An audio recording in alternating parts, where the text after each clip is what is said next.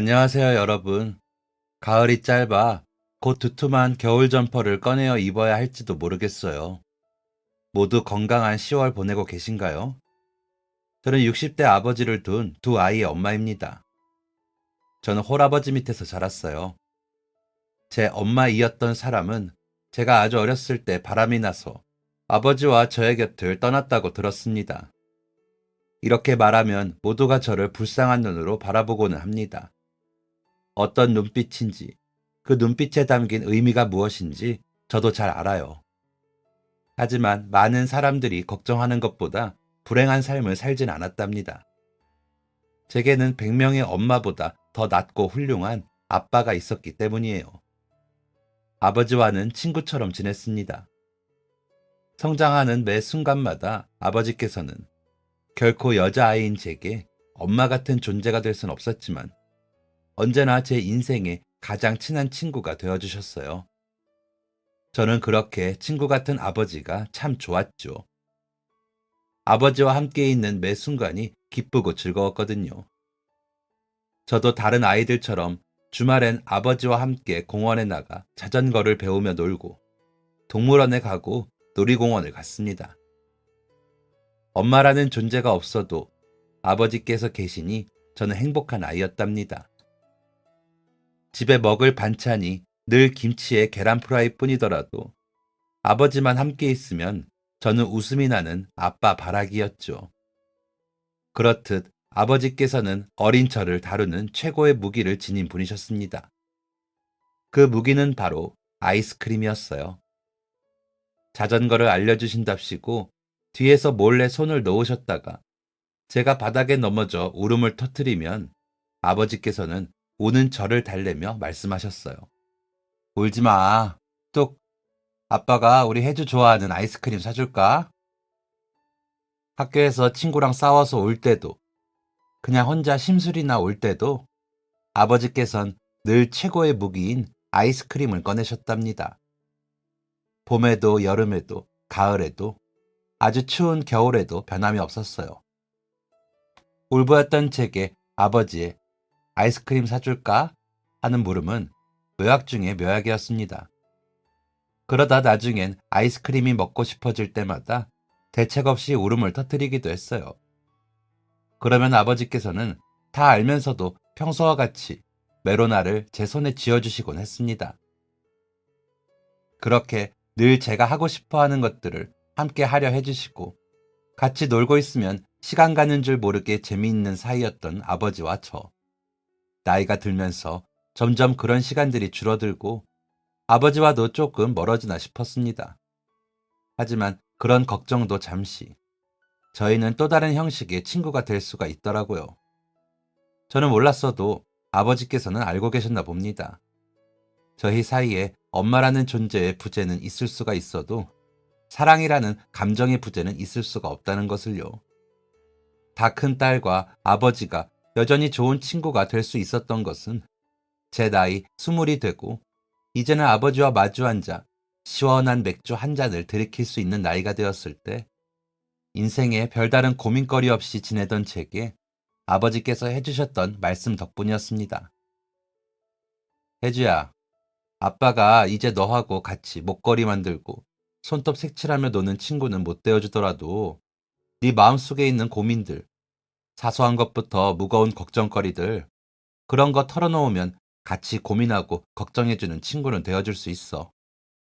이제 너도 대학 생활하고 사회생활 하다 보면 그런 순간들이 많이 찾아올 텐데 그럴 때마다 아빠를 가장 편한 친구로 생각해줘. 아빠가 다 들어줄게. 처음에 그 말씀을 들었을 때에는 좀 와닿지도 않고 별다른 생각이 없었어요. 아버지께서 그렇게 말씀해 주시는 것이 그저 든든하고 감사하기만 했었죠. 언젠가 살면서 엄청난 고난과 역경이 제 앞에 찾아오더라도 제 고민과 걱정을 함께 해줄 아버지께서 계시니 다행이라는 생각만 했었어요. 그 생각은 대학을 졸업할 때까지도 쭉 이어졌습니다.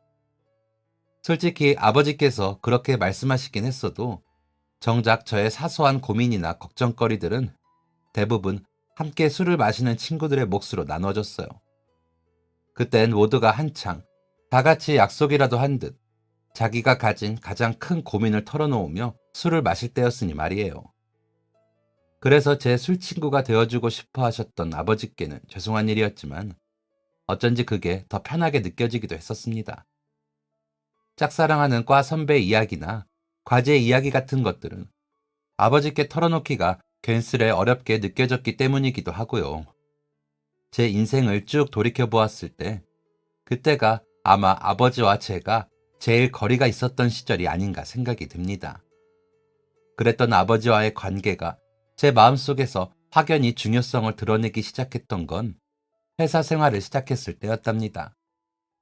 네모난 사무실 안에서 각자의 모니터를 들여다보며 업무 처리에 바쁜 사람들은 제가 함께 밥을 먹고 술을 마시며 잡담을 떠들어댔던 대학 친구들과는 완전히 다른 무언가가 있더군요.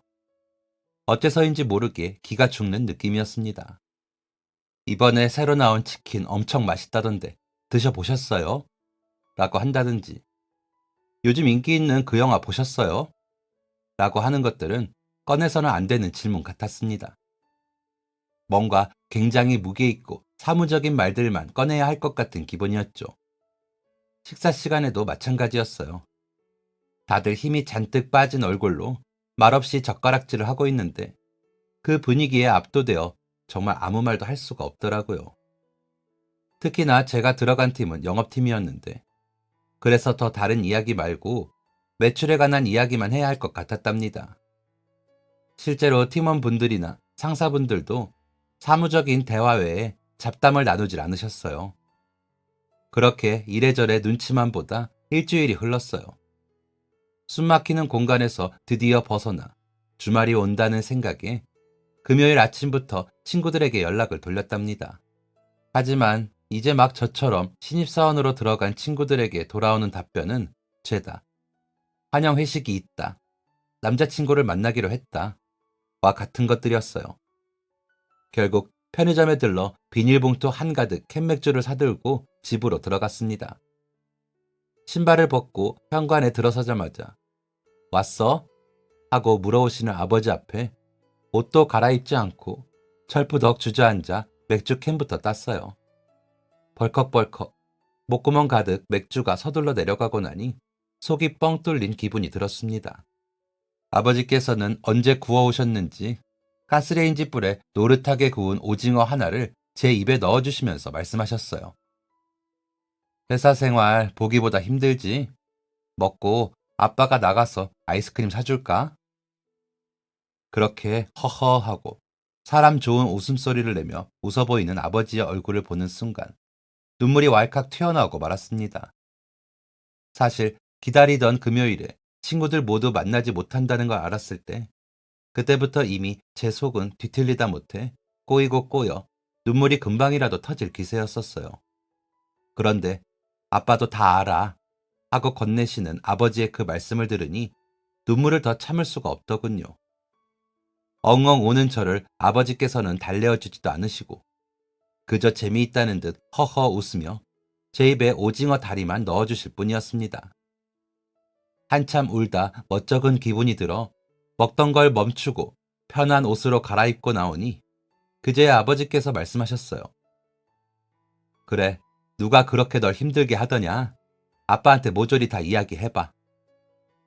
그 말에 거짓말처럼 저의 두 입술이 봉인해지되고 말았습니다. 일주일 내내 누구에게도 쉽게 털어놓지 못하고 끙끙 앓던 것들을 아버지 앞에서 처음으로 털어놓게 된 거예요. 행여 저만 부적응자처럼 굴고 있는 것일까봐 친구들에게도 쉽게 털어놓지 못했던 고민을 인생 최고의 선배님인 아버지께 털어놓게 된 것입니다. 고민이라고 하기엔 어딘가 치졸했던 저의 속마음을 들어보신 아버지께서 내려주신 해답은 간단했어요. 그러면서도 어딘가 속 시원했습니다. 힘들었겠구나, 우리 딸. 근데 혜주야, 회사 동료랑 학교 친구랑은 다른 거야. 마음 맞는 사람 만난다면 참 좋은 일이지만 개인적인 이야기를 하는 것을 좋아하는 사람이 있으면 그렇지 않은 사람도 한 공간 안에 얼마든지 있을 수가 있단다. 이제 혜주, 네가 그 무리 속에 속하게 된 것이란다. 혜주 너에게 그 사람들이 온 게 아니라 네가 그 무리에 합류한 것이라고 생각해보렴. 그럼 너도 자연스레 그들의 암묵적인 규칙에 녹아들게 될 거야. 무조건 친구가 되어야 한다는 생각은 내려둬. 혜주 네가 영업팀이니까 팀원들이 다 함께 해나갈 일은 매출을 올리는 일이겠지. 그러니 그 대화가 주가 되는 것이 자연스러운 일이야. 네가 일이 손에 있고 회사에 적응을 하고 나면 너 또한 그 이야기를 나누는 것이 제일 편한 대화가 되어 있을 거야. 조바심 가질 것 없어, 우리 딸. 너는 충분히 잘하고 있어. 정말 다 맞는 말씀이었습니다. 아버지께서는 길게 말씀하셨지만 마지막 단 한마디를 하시기 위해 그렇게 길게 설명을 해주셨구나 하는 생각에 감사했어요. 어쩐지 속이 든든해지는 기분이었습니다. 견디자, 견디면 되겠구나. 그날 아버지와 함께 마주보고 앉아 이런저런 이야기를 나누며 기울였던 맥주의 맛은 아주 달았습니다. 아무것도 해결되지 않았지만 다음 주부터는 기죽지 않을 수 있을 것 같은 기분이었어요. 그리고 다시 월요일이 되어 사무실에 출근을 했을 땐 어쩐지 지난주와 다른 공기가 맴돌았습니다.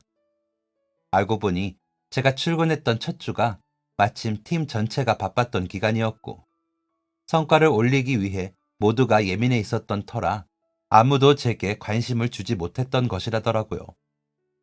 혜주씨, 저번 주에 너무 정신없었죠? 우리 이번 주에 팀장님 쫄라서 소고기 먹으러 가요. 늦었지만 환영해야지. 아마 다들 성과도 잘 내고 해서 소고기 사주실 거예요. 단지 입사 시기가 하필 저희 팀이 가장 바쁜 시기였던 것 뿐이지만 어쩐지 저는 아버지와 소소하게 기울였던 맥주 한 캔이 문제를 해결해 준 것만 같은 기분이 들었습니다.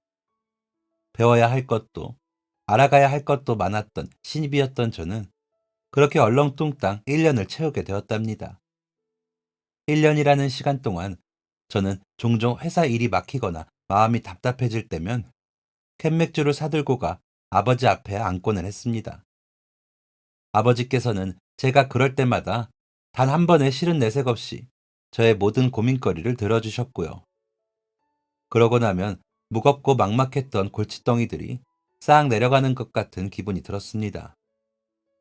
아버지께서 말씀하셨던 것처럼 손톱을 색칠하고 그림을 그리고 놀던 친구에서 더 발전해 저희 부녀가 이젠 마음을 털어놓는 친구 사이가 된 거예요.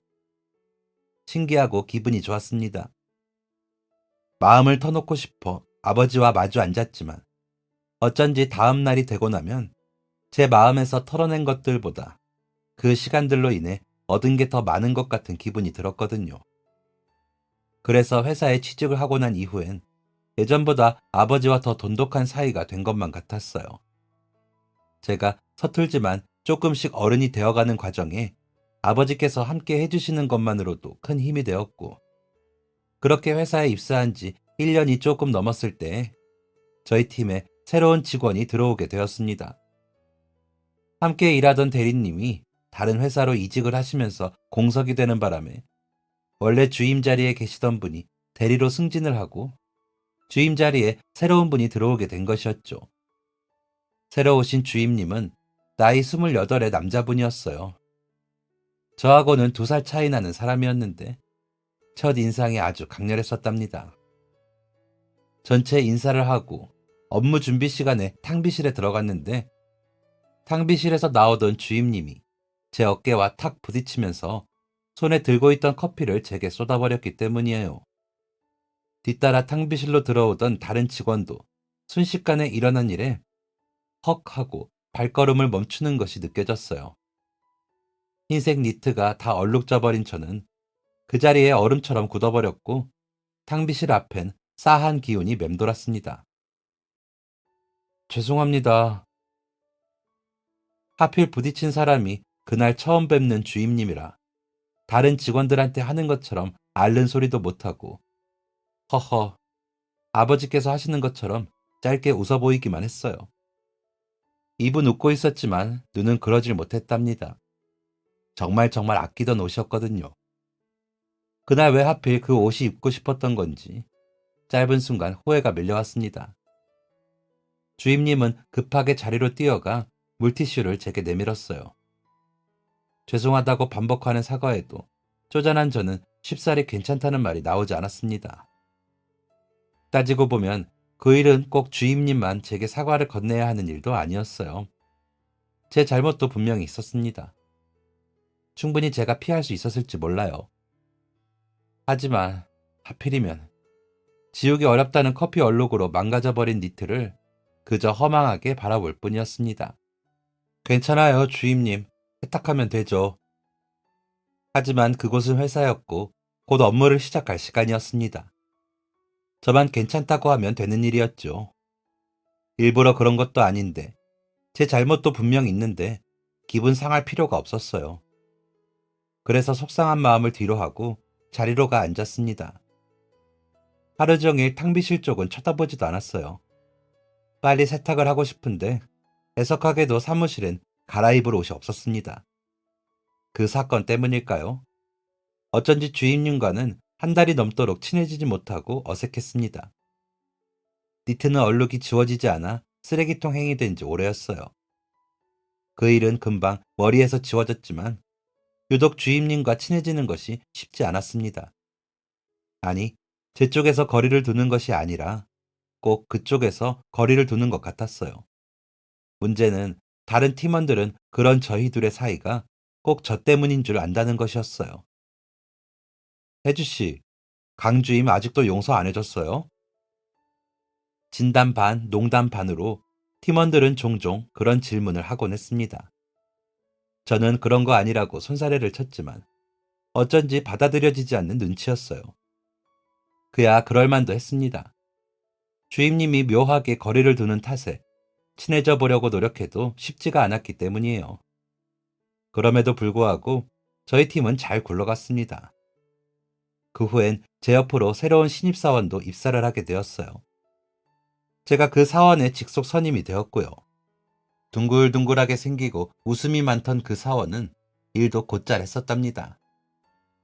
그 사원의 업무를 알려주고 배분하는 것은 저의 일이었어요. 말도 잘하고 일도 잘하는 그 신입사원이 저는 참 마음에 들었었어요. 믿음도 갔었고요. 그런데 그게 화근이었습니다. 믿고 맡긴 일에 실수가 있었던 거예요.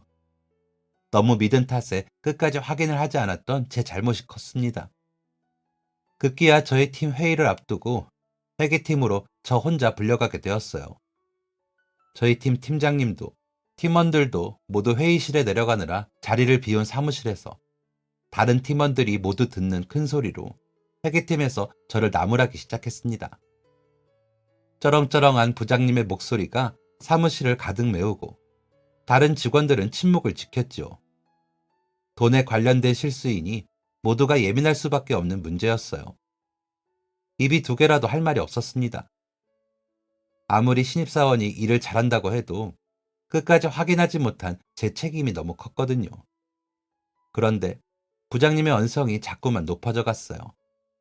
알고 보니 제가 입사하기 전에 제 자리에서 일하던 직원도 똑같은 실수를 일삼았었다고 하더군요. 그때부터 묘한 억울함이 들었습니다. 제가 잘못한 건 맞는데 제가 모르던 때의 일까지 들먹여가며 이렇게 소리칠 일인가 하는 생각 때문이었어요.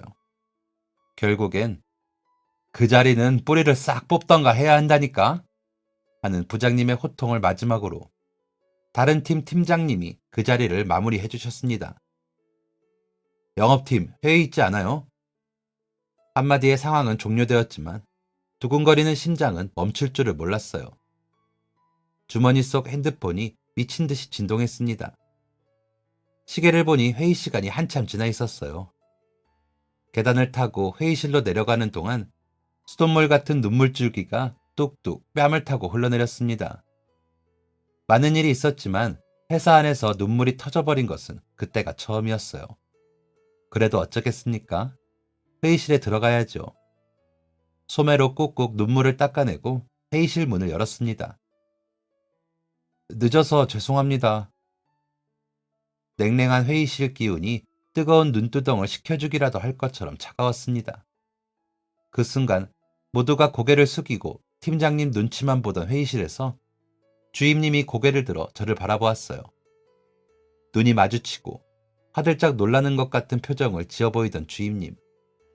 저는 울었다는 걸 들킨 것 같아 멋쩍은 마음에 어색하게 표정을 짓고 자리에 앉았습니다. 하필이면 가장 친하지 못한 주임님한테 그런 모습을 들켰다는 것이 죽을 만큼 창피했지만 어째서인지 상황은 걱정과는 다르게 흘러갔어요.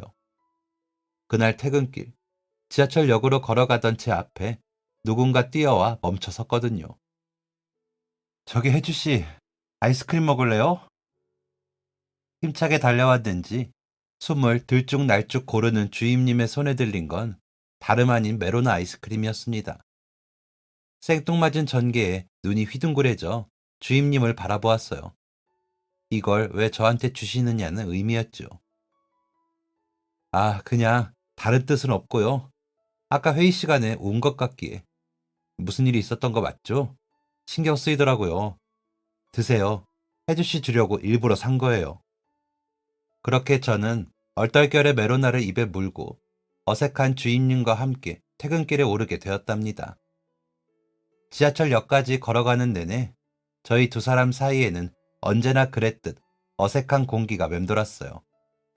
그 후에는 그동안 단 한 번도 퇴근길에 마주친 적 없던 주임님과 이상하리만치 자주 마주치게 되었습니다.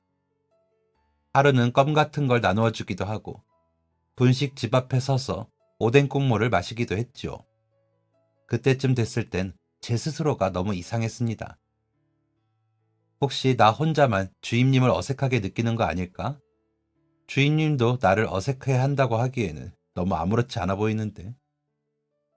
어색한 사이라고 굳게 믿었던 주임님이 자꾸 이거 먹자 저거 먹자 같이 가요 하며 따라오니 들었던 생각입니다. 그리고 그 풀리지 않는 어색함이 정점에 달했던 건 그날이었어요. 어느새 주임님과 함께 퇴근길에 오른 지도 2달이 넘어가던 시점. 지겨운 겨울이 끝나가고 초봄을 알리는 새싹들이 나뭇가지마다 피어나고 있던 때였죠. 지하철을 타러 내려가는 길에 상가 옷가게에 있던 니트 색감이 특이해 그냥 잠시 쳐다본 것뿐이었는데 이 남자가 글쎄 다음날 그걸 사들고 온 것입니다. 이걸 왜 주시는 거예요? 당황해서 묻는 제게 주임님은 아주 해맑은 눈을 하고 말했어요.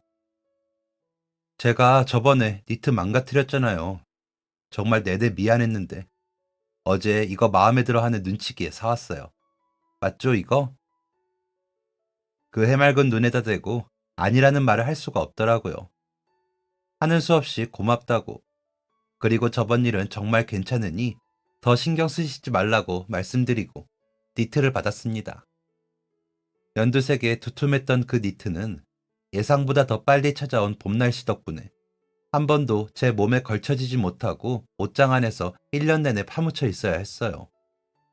그 니트 왜 안 입느냐는 주임님의 질문에 날씨가 더워져서 그렇다고 대충 둘러댔지만 저는 속으로 언젠가 다시 다가올 겨울이 늘 두려웠습니다. 내 얼굴에 연두색 안 봤는데. 하지만 생각해준 마음이 고마워서라도 한 번은 꺼내어 입어야 할 참이었죠. 그리고 그 두려운 마음으로 다가올 겨울을 기다리던 와중에 주임님과 저는 연애를 시작하게 되었습니다. 주임님이 베푸는 호의가 저를 향한 관심의 표현이었다는 것을 전혀 몰랐던 제가 그 마음을 알아주기까지 너무 오래 걸렸지만 그 마음을 알았을 때 이미 저도 주임님에게 물들어 있다는 걸 깨닫게 되었어요. 무엇보다 제가 울었던 날, 퇴근길에 급히 뛰어와 아이스크림을 건네던 그 모습은 꼭 어렸을 적 제가 울음을 터뜨릴 때마다 아이스크림을 사주시던 아버지의 모습 같아서 내내 마음에 남았었답니다. 그저 어색하고 불편한 사이라서 신경 쓰인다 느꼈던 것이 호감 때문이었나 봅니다. 그렇게 출근 첫날부터 제 옷에 커피를 쏟아 좋지 않은 인상을 심어주었던 강태성 주임님은 메로나 하나에 어느덧 제 남자친구가 되었어요. 회사 내에서 연애를 한다는 것은 쉽지 않았어요. 직원들 사이에 저희가 연애를 한다는 사실이 알려져 봐야 좋을 것이 없겠다는 생각에 비밀 연애를 했기 때문입니다. 아무리 좋아도 회사 안에서는 예전처럼 서먹서먹한 척 연기를 해야 했어요. 물론 영업팀 일이 너무 바빠 딱히 연기라고 신경 써서 할 것도 없긴 했었지만요. 그래도 남들을 속인다는 것 자체가 그렇게 마음 편한 일은 아니었던 것 같습니다. 그렇게 저희 두 사람은 3년 정도를 더 그 회사에 다녔어요. 그러는 동안 저희 아버지께서는 정년퇴직을 하시고 아파트 경비 일을 시작하시게 되었고요.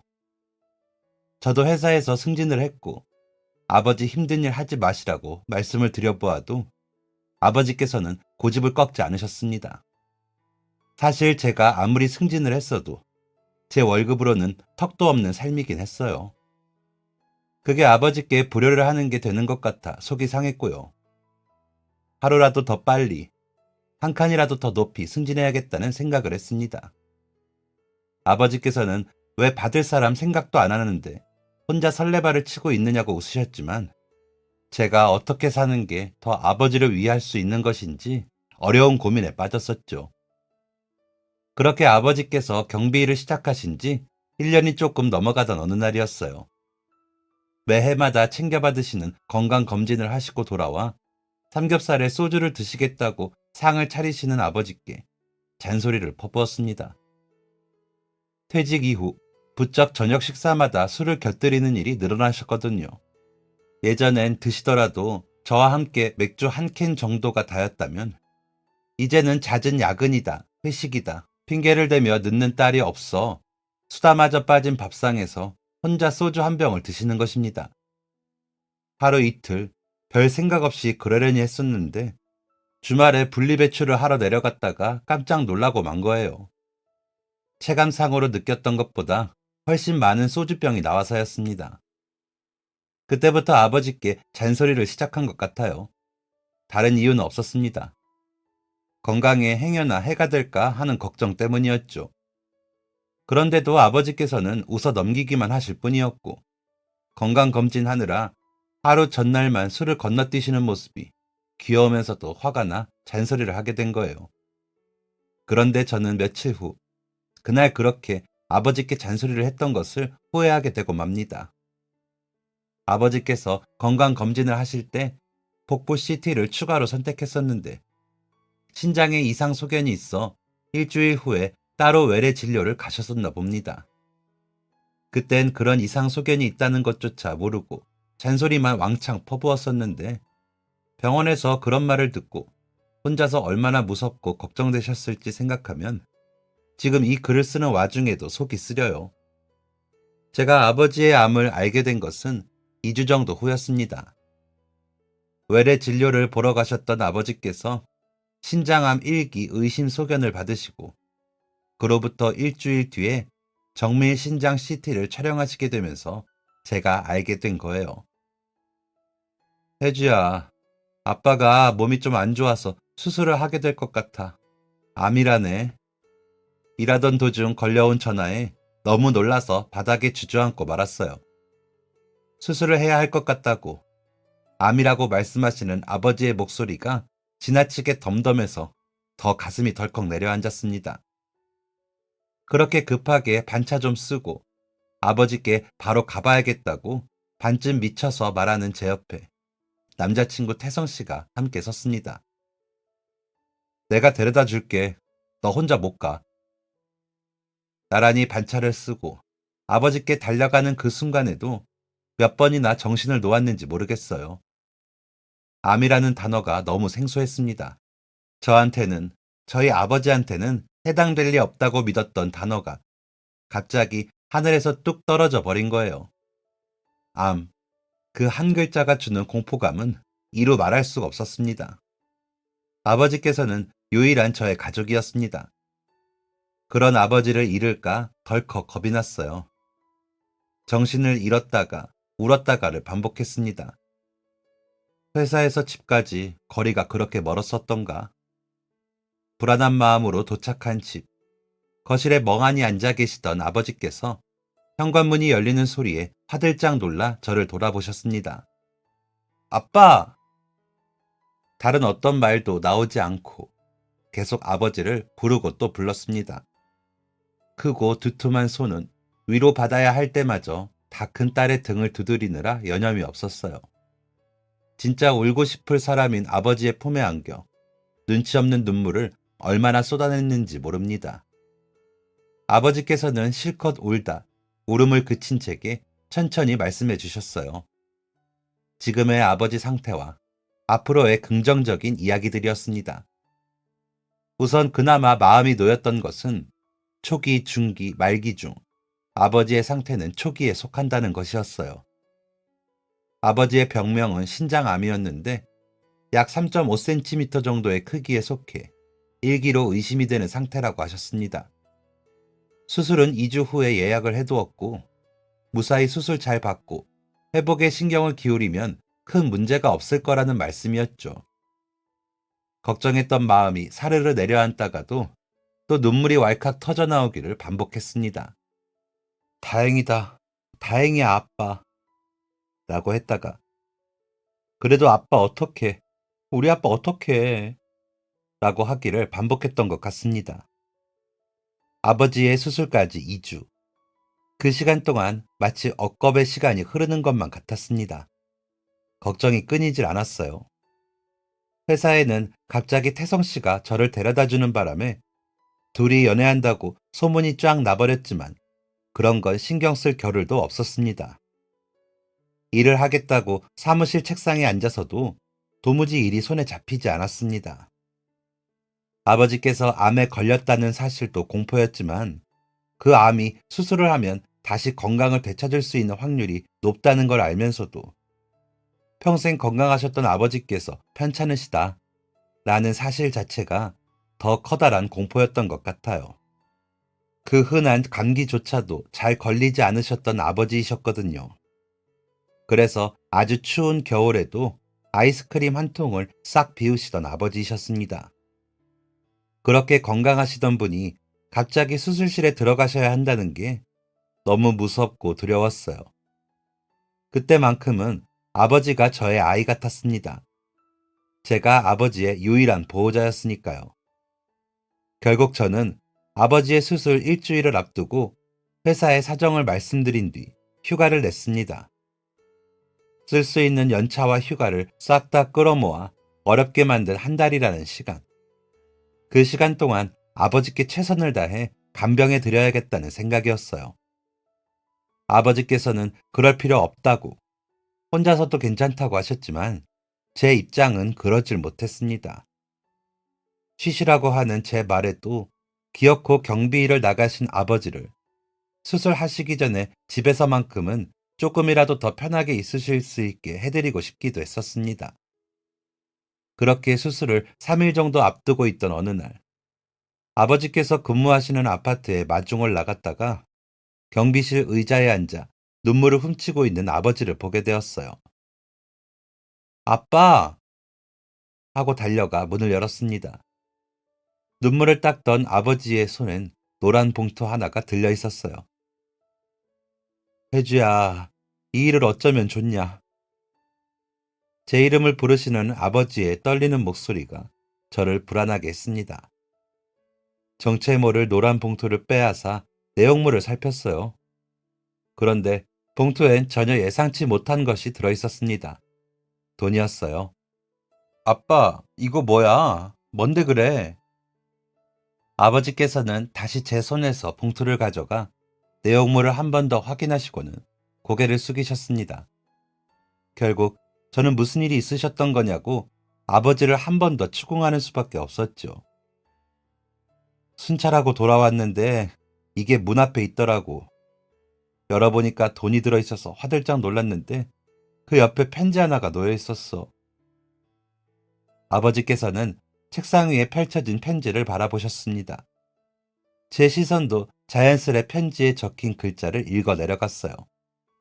그곳엔 서툴고 삐뚤삐뚤한 글씨체를 한 어느 할머니의 따뜻한 마음이 담겨 있었습니다. 경비 선생, 몸은 좀 괜찮어? 나 백구동 1002호 할머니예요. 글쎄, 암에 걸려 이 좋은 가을을 병원에서 보내야 한다고 들었어요. 괜찮어? 괜찮지 않겠지. 나도 60살에 수술을 해봐서 그 마음 알아요. 막막하고 무서워도 조금만 힘내요. 다 지나가요. 얼마 안 되지만 그동안 나 도와준 거 고마워서 마음을 담았어요. 힘내서 다시 만나면 좋겠는데 수술 꼭 잘 받고 돌아와요. 경비 선생 없으면 이제 내 손수레는 누가 들어주남. 고마웠어요. 그러니 부담 없이 받아요. 꼭 수술비에 보태서 빨리 나아요. 편지에서 한 번도 뵌 적이 없는 모르는 할머니의 말투와 표정이 느껴지는 것만 같았습니다. 편지를 읽어보니 아파트의 주민인 할머니 한 분께서 아버지의 수술비를 내주고 싶다고 편지를 적어 몰래 경비실을 찾으셨던 것이었어요. 게다가 편지를 다 읽고 아버지의 말씀을 들어보니 그분이 평소 아버지께서 눈여겨보시던 할머니라고 하시더군요. 내가 순찰 돌거나 경비실에 앉아있을 때 가만 주변을 보다 보면 허리도 잘 펴지지 않는 아주 작은 몸을 하고 손수레를 끌고 가는 분이 계셨어. 우리 엄마 살아계셨음 저 연세쯤 됐겠다 싶은 분이어서 더 눈이 갔지. 근데 백구동 앞에 가보면 동 입구로 올라가는 길 바닥에 작은 턱 하나가 있어. 그분이 댁으로 가시려면 어떻게 해서든 그 길을 지나야 하는데 손수레가 자꾸 그 턱에 걸려서 어쩌지를 못하시는 거야. 몇 번 그때를 기다렸다가 가서 빼드리고 그러다 보니 동 앞까지 들어드리게 되고 그냥 도와드리는 게 당연하다 생각해서 무의식 중에 한 행동이었는데 어느 날엔가 나한테 와서 이름을 물어보더라고. 경비 선생 이름이 뭐예요? 하면서 웃으시는데 그게 좋아서 그 후로 종종 대화도 나누고 했었어. 그래도 나 암에 걸렸단 말씀은 드린 적 없었는데 어떻게 아신 건지. 알고 보니 아버지께서 그 아파트에 근무하셨던 1년 남짓한 시간 동안 그 할머니와 아버지께서는 제법 얼굴을 익힌 사이라고 하셨습니다. 아버지께서는 근무 도중 할머니를 뵙게 되면 늘 도와드리곤 했고 그 친절함에 할머니께서 감동을 하셨던 것인지 아버지가 암이라는 소식을 어디서 들으시고는 이렇게 몰래 돈을 두고 가신 것이었어요. 눈물이 나지 않을 수가 없었습니다. 아버지의 등을 가만히 토닥여 드렸어요. 속으로 생각했지요. 아버지가 다 나으시면 꼭 찾아가 인사드리겠다고. 며칠 후 할머니의 따뜻한 마음을 받아 아버지께서는 그렇게 무사히 수술을 마치셨습니다. 수술실에 들어가는 아버지께 눈물 나는 이야기는 하고 싶지 않아서 저는 괜히 아빠, 수술 끝나고 나오면 아이스크림 사줄게 라는 시답지 않은 소리만 늘어놓았었어요. 수술이 끝났다는 말에 약속대로 아이스크림을 잔뜩 사다 놓았지만 병원에서 허락이 떨어지지 않아 입에도 대지 못하셨습니다. 물론 그럴 수 있는 상태도 아니셨지만 아이스크림은 나중에 먹자는 제 말에 울상을 짓는 아버지의 모습이 안쓰러우면서도 마음이 놓였습니다. 수술이라는 관문을 지났다는 것에 대한 안도감이었던 것 같아요. 그렇게 아버지께서는 저의 기도와 함께 무사히 퇴원까지 하게 되셨답니다. 퇴원하시면 가장 먼저 무얼 하고 싶으신지 여쭙는 저의 질문에 아버지께서는 말씀하셨습니다. 백구동 할머니, 그 할머니 댁에 맛있는 거 사들고 찾아뵙고 싶어. 나 수술 잘 끝났다고 고맙다고 인사드리고 싶어. 아버지께서 많이 힘들어 하시면 저 혼자라도 찾아뵙고 인사를 드리려던 참이었어요. 그런데 역시나 아버지께선 가장 먼저 그 말씀을 하시더군요. 저는 웃으며 할머니께 드릴 과일을 고르고 골랐습니다. 그렇게 시간이 흘러 아버지와 함께 탄 백구동 엘리베이터가 느리게 10층으로 올라갔습니다. 긴장되었어요. 어떤 분일까 궁금했어요. 이게 누구야? 경비 선생? 할머니께서는 아버지의 목소리를 들으시고 버선발로 나와 문을 열어주셨습니다. 얼른 들어오라며 아버지의 발걸음을 재촉하는 할머니의 등은 아버지의 말씀처럼 작고 동그란 모양이었습니다. 할머니께 인사를 드리고 저희는 대화를 나누었어요. 주로 할머니께서 아버지 칭찬을 하시는 것이 대화의 주제였답니다. 내가 이리저리 가다가 도움이 필요할 때마다 귀신같이 나타나서 도와주셨지, 경비 선생이. 이마에서는 진땀이 나고 몸은 짧아 답답하고 그만 바닥에 주저앉고 싶을 때 귀신같이 나타나 도와줬어, 나를. 그런데 그렇게 심성이 곱고 바른 사람이 그런 일을 겪는다는 게 안타깝고 속이 쓰려 뭐라도 해주고 싶어 그랬지. 아이고, 근데 딸이 아빠를 닮아 참 곱고 예쁘다. 잘 키웠어. 좋은 아빠 둬서 참 좋지? 그치? 아빠 손잡고 이렇게 같이 와줘서 고마워. 할머니께서 해주시는 칭찬은 따뜻한 온도가 묻어 있었습니다. 그런 할머니께 정말 감사했다고. 할머니의 마음 덕에 아버지께서 더 수술을 잘 받으실 수 있었다고 다시 한번 인사를 드렸어요. 그런데 그때였습니다. 무슨 소리가 들리더니 누군가 할머니, 나왔어! 하며 현관문을 열고 들어오는 것이 아니겠습니까? 목소리를 듣자마자 등 뒤에 소름이 쭈뼛 돋아났어요. 반사적으로 돌아본 곳엔 너무나도 반가운 사람이 서 있었거든요. 저는 깜짝 놀라 자리에서 벌떡 일어났습니다. 네가 왜 여기 있어? 라고 제게 물어오는 사람의 정체는 다름 아닌 제 남자친구 태성 씨였어요. 오빠는 왜 여기에 있느냐고 저도 되물었습니다. 너무 놀라고 당황해서 같은 질문을 주고받은 것이었죠. 놀란 저를 대신해 태성 씨가 먼저 입을 열었습니다. 그야 여기가 우리 할머니 댁이니까. 놀라서 벙쪄 있는 저와 태성 씨를 번갈아 보시던 할머니께서도 그제야 아이고, 우리 태성이하고 아는 사이냐? 가만 보자. 어디서 본 것 같기도 하고 하며 제 얼굴을 골똘히 바라보셨습니다. 아버지의 수술비를 내주고 싶다고 호의를 베풀었던 대쪽 같은 할머니께서 알고 보니 제 남자친구의 친할머니셨던 거예요. 할머니, 내 여자친구. 내가 사진 보여준 적 있잖아. 아버지께서도 적잖이 놀라신 것 같았습니다. 병원에 몇 번 오고 가며 태성이를 뵌 적이 있는 아버지이셨지만 편지와 봉투를 건네셨던 할머니께서 딸이 사귀는 남자친구의 할머니일 것이라고는 상상조차 하지 못하셨을 테니 그럴 만도 하셨어요. 아버지께서는 반가움에 태성 씨를 끌어안으셨고 뒤따라 할머니도 저를 얼싸안고 좋아하셨습니다. 당황스럽기도 하고 엄청난 인연에 신기하기도 했던 저희 네 사람의 첫 조우는 그렇게 울음으로 시작해 웃음으로 끝이 났답니다. 태성 씨는 제게 할머니께서 해주 네가 내 여자친구라는 게 너무 좋으신가 봐 라고까지 말했습니다. 그렇게 예쁨 받으니 참 행복했어요. 모든 것이 아버지 덕분이었어요. 아무것도 한 것이 없는 제가 아버지로 인해 예쁨을 받고 있었으니까요. 그리고 그렇게 예쁨 받던 것은 끝내 저희에게 또 다른 행복을 가져다 주게 되었답니다.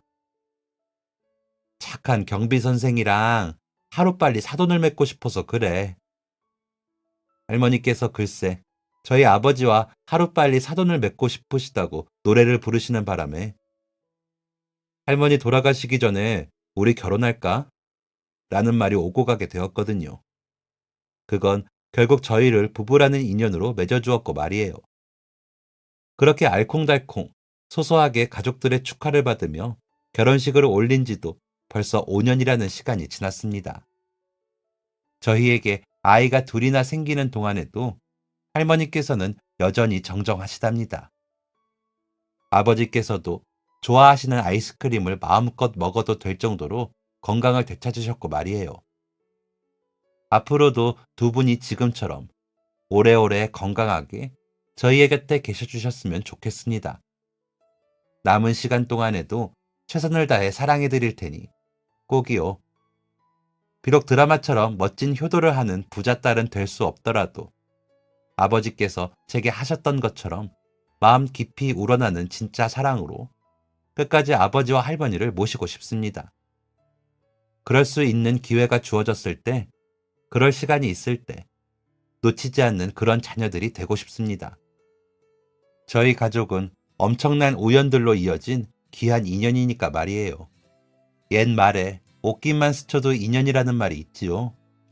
힘든 할머니를 그냥 지나치지 않고 할머니와의 인연을 만든 아버지와 그 도움을 잊지 않고 또 다른 도움으로 인연을 이어가는 것에 큰 역할을 하셨던 할머니. 그리고 탕비실 앞에서 진짜 옷깃을 스쳐 인연을 만든 저희 부부가 그 옛말이 진짜라는 것을 증명합니다. 사람 사이의 관계는 아무리 사소한 것이라도 소중히 여기고자 하셨던 아버지처럼, 할머니처럼 저희 부부도 그런 마음으로 세상을 보고 서로를 바라보며 살아가려 합니다. 지금까지 사연 들어주셔서 감사합니다. 사연이 재밌으셨다면 구독과 좋아요를 눌러주세요. 감사합니다. 안녕히 계세요.